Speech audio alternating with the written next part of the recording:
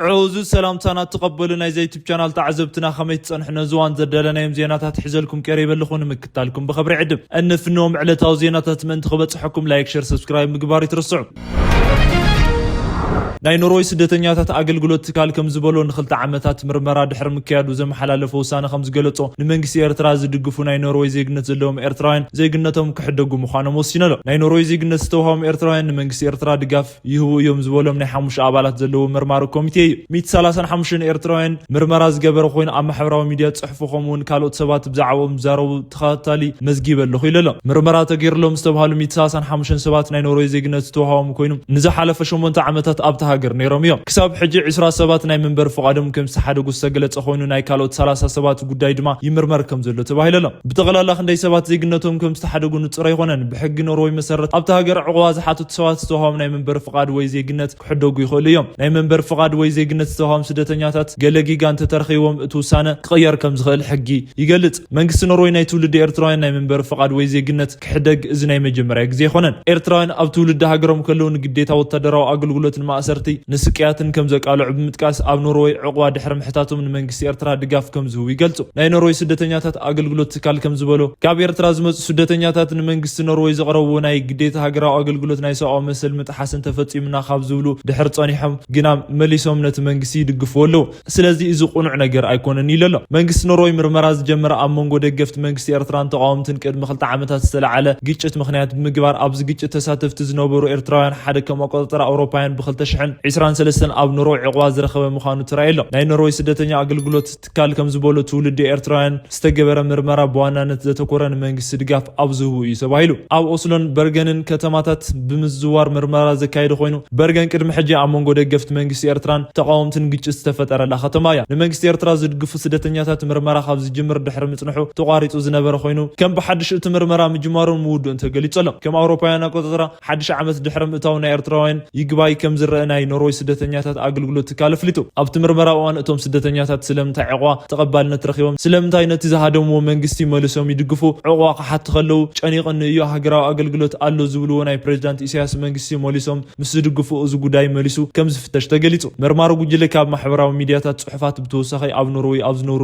መንግስቲ ኤርትራ ዝቃወሙ ትውልድ ኤርትራውያን ሓበሬታ ከም ዝበጽሖ ገሊጹ ንዕቁባ ሕቶ ዝተጋግየ ሓበሬታ ዝቀረቡ ስደተኛ ናይ መንበር ፍቃዶም ከምኡን ዜግነቶም ሙሉእ ብምሉእ ከም ዝስረዝ ዘመልኪቱ ናብ እስራኤል ብሕገወጥ መንገዲ ዝኣተው ቅድሚ ሕጂ ንመንግስቲ ኤርትራ ብምድጋፍ ዝፍለጥ ኤርትራ ዝሓለፈ ወርሒ ናብ ኤርትራ ከም ዝተባረረን መራኸቢ ብዙሃን እስራኤላን ምግላጽን ይፍለጥ እስራኤል ናይ ኤርትራ ዜግነት ዘለዎ ንመንግስቲ ዝድግፍ ውልቀ ሰብ ካብ ሃገራ ክተባረር ንመጀመርያ ግዜ እዩ ንሓደ ወዲ ኣቦ ዝነበረ ኤርትራዊ ናብ እስራኤል ዝኣተወ ብ2011 ኣውሮፓውያን ክኸውን ከሎ ንዝሓለፉ 14 ዓመታት ናብርኡ ኣብኡ ገይሩ ጸኒሑ እዩ ብ2023 ኣብ እስራኤል ከተማ ቴልአቪቭ ኣብ መንጎ ኤርትራውያን ዝተፈጠረ ግጭት እስራኤላውያን ፖሊስ ሓዊሱ 150 ሰባት ምጉድኦም ተነጊሩ ነይሩ ደገፍቲ መንግስቲ ኤርትራ ተቃውሞታት ፈልዮም ዝተሳተፉ ደማዊ ግጭት 11 ሰባት ብጥይት ተወቂዖም እዮም ብ2024 ዝተለዓለ ግጭት ድማ 2 ሰባት ክሞቱ ከለዉ 8 ሰባት ድማ ከቢድ መውጋእቲ በጽሒዎም ምንባሮም ይዝንጋዕን ፕሬዝዳንት ኢሳያስ አፈወርቂ ምስ ጀነራል አልቡርሃን መኺሮም ላዕላውነት ክኽበር ኣለዎ ክብሉ እውን ተዛሪቦም እዚ ናይ ጀነራል አልቡርሃንን ኢሳያስ ምክክርን ዝተገበረ ቀዳማይ ሚኒስትር አብይ አሕመድ እቶም ጀነራላት ምስ ኢሳያስ ዘለዎም ርክብ ደው ከብሉ ካብ ዝሓተቱ ካብ ሒደት ኣዋርሕ ጸኒሑ እዩ ኣብ ዝሓለፈ ዓመት ወርሒ ግንቦት ቀዳማይ ሚኒስትር አብይ አሕመድ ኣማኻሪኦም ጌታቸው ረዳን ሬድዋን ሒሶን ናብ ሱዳን ወይ ፖርት ሱዳን ሰዲዶም ንመራሒ ሱዳን ጀነራል ዓብዱልፈታሕ አልቡርሃንን ካብ ዝቀረቡ ሕቶታት ማእኸል ሓደ ምስ ሻዕብያ ኣይተተሓወሩ ንሳቶም ዝገብሩልኩም ዘበለ ኩሉ ንሕና ነቕርበልኩም ዝብል ምንባር ዝፍለጥ እዩ እዝን ተገርኩም ድማ ካብቲ ቁልጥፍ ደገፍ ሓይሊ ህጹጽ ወይ አርሲኤፍ ዝኾነ አብዱአቢ መሐመድ ቢን ዛይድን ንምትዕራቅ ንሰርሕ ዝብል ቃል ከም ዝኣተውሎም ምግላጾ ይዝንጋዕን ይኹን እምበር እቲ ናይ ሱዳን ጦር ኣዛዚ ዝዋጋ ጦር ዘሰልጥነሎም ናይ ጦር ጀታቶም ዝዕቀበሎም ኢሳያስ ሓርዮም ገይሮም ኣለዉ ሎሚ እውን ኢሳያስ አፈወርቂ ኣብ ግዜያዊ መንበሪ መንግስቲ ሱዳን ፖርት ሱዳን አልቡርሃን ተቀቢሎም ኢሳያስ ፖርት ሱዳን ምስ በጽሑ እቲ ናይ ሃገር ወታደራዊ መራሒ ሌተናል ጀነራል ዓብዱልፈታሕ አልቡርሃን ጥራይ ዘይኮነስ ምስ ላዕለዋይ መኮንናት ጦር ብምዃን እዩ ድምቀ ኣቀባብላ ዝተገበረሎም ምስ ፕሬዝዳንት ኢሳያስ ኣብ ዝተጓዓዙ እዋን ናይ ሱዳን መኮንናት ጦር ሓደ ኢዶም ጨቢጦም ናብ ላዕሊ ብምልዓል ናይ ዓወት ምልክት ከሪኡ ተስተውዒሎም ኣለዉ ጀነራል አልቡርሃን ኢሳያስ አፈወርቂን ኣብ ቀጠናዊ እዋናት ጉዳያት ከም ዝመኸሩ እዩ ተገሊጹ ኢሳያስ ናይ ሱዳን ግዛእታዊ ሓድነት ላዕላዊ ደገፍ ኣለኒ ብምባል ጀነራል ምስ ዝራቦም ዝግለጽ ሻባይት ወይ ዘላቂ ሰላም ኣብ ሱዳን ክሳብ ዝመጽእ ደገፍና ክንቀጽል ኢና ክብሉ ምልዓሎም ወሲኹ ሓቢሩ ጀነራል አልቡርሃን ብወገኖም ናይ ኢሳያስ አፈወርቂ ደገፍ ታሪኻዊ ክብሉ ገሊጾም ኣለዉ ክልቲኦም መራሕቲ ዝተረኸብሉ ጀነራል ዓብዱልፈታሕ አልቡርሃን ዝመርሑ ወታደራዊ መንግስቲ ናይ ኣሜሪካ ናይ ሰላም ፕላንን ከም ዘይቅበል ካብ ዝግለጽ ድሕሪ መዓልታት እዩ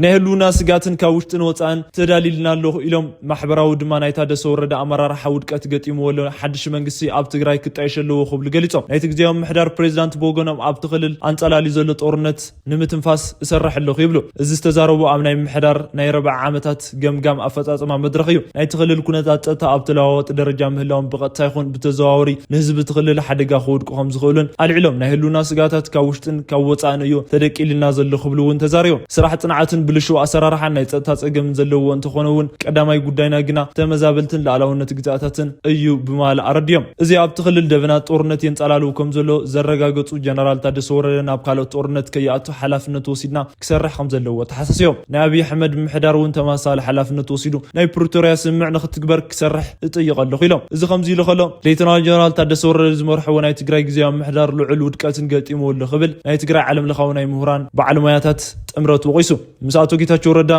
مخكر زغبرو زم اكلات تግራይ ካብ ዘሎ ተقلولاو نموصا ናይ تخلل زلاق ربحታት المخبار او استفلالي 10 ጉዳያት حجب جنرال تادس وردا امرارحا تزنګعم كللو نزبلص حدغان سغاتن ጦርነትን ተጋሊጸሉ خبل ይገልጽ ኣብዚ ሓለፈ 8 ኣዋርሕ ጥራይ ጎንፂ ዝፈጠሩ ዕግርግራትን መውዝሖም እዚ ድማ ናይ ፕሪቶሪያ ስምዕ ሓደጋ ከም ዘውድቆ ሪፖርተር ይብራረ ምስ ኤርትራ ዝተጀመረ ምትሕባር ናይ ትግራይ ዘላق ረብሓ ሓደጋ خودق كون كله ካብ ሓሊፉን ህዝቢ ትግራይ ንመንግስቲ ኤርትራ ናብ ዳግማይ ጨፍጫፍ أحلفو ذهب يخبلونه يتنقل لا يتغلل جزاهم محدار كله حقيف بزخونه ملكعو كم بحدش كتايش ناب حقاو منقسي زغبرو سغغر بنصاف تحاون قلتن بزخونه مرص اخ مرح بمغار زملكتهم اكلات حلافنت كواصو زبل صاوع تقريبا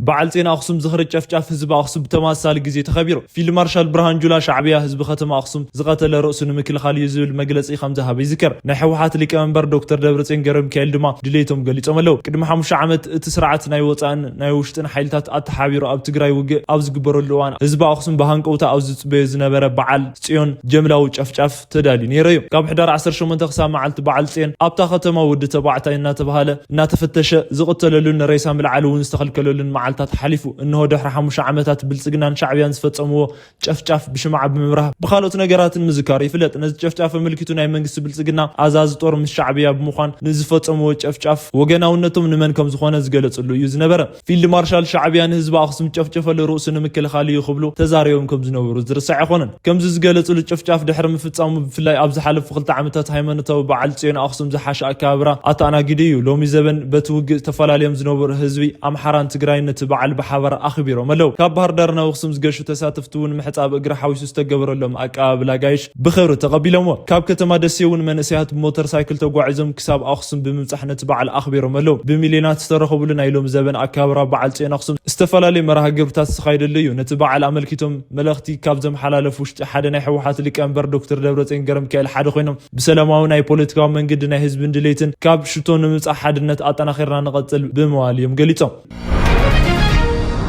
أمودات علوة منجست استفتم لهم ناي جيني بيساوا بريزيدنت ناب سينغال مداون تسمع علوة منجست استفتم لهم بريزيدنت جيني بيساوا عمر سيكول ناب جروي تهاجر سينغال متوام ناي تهاجر مينستر قدايات وتقليته أبصمن علوة منجستي بستفتم وتدراو تتحزم زنور بريزيدنت ناب سينغال زاتو لتفتحهم كم زخانة سب السلطان قليتهم علوة منجستي فتمت إن بريزيدنت زلقوا معرا أفريقيا ناي متحبار بلوك زخانة إيكواس بستجبر دردريب أوش تجيني بيساوا بستفتر وتري إنه وسخ أبزموت له أبزوان استجبر دردر بريزيدنت دحنتهم تحليو كلكو خمس تسمع معتبايلو ناي سينغال ميسر غدايات وصاي بزوطو مغلصي امبالو وي بريزيدنت حمص مشت بچارتر بوتادراو نفاريت بسلام بتعنان نابت هاجر سينغال اتيميلو بيغيني بيساوا سلطان زحز وتادراو حيلي بوغنو جنرال خوراتا ناي تمراحي سغغرنا حدا عمت نتا هاجر كم زمرح غليصو ربع علت علوا منغست تفصم ابت هاجر تغبر بريزيدنت بارلمان مرصا غزياو وصيت علوا خيخونه حدا معلت مسترفويو وتادراو حيلي مرصا مسرح اگديدو وصيت قلص خيغبر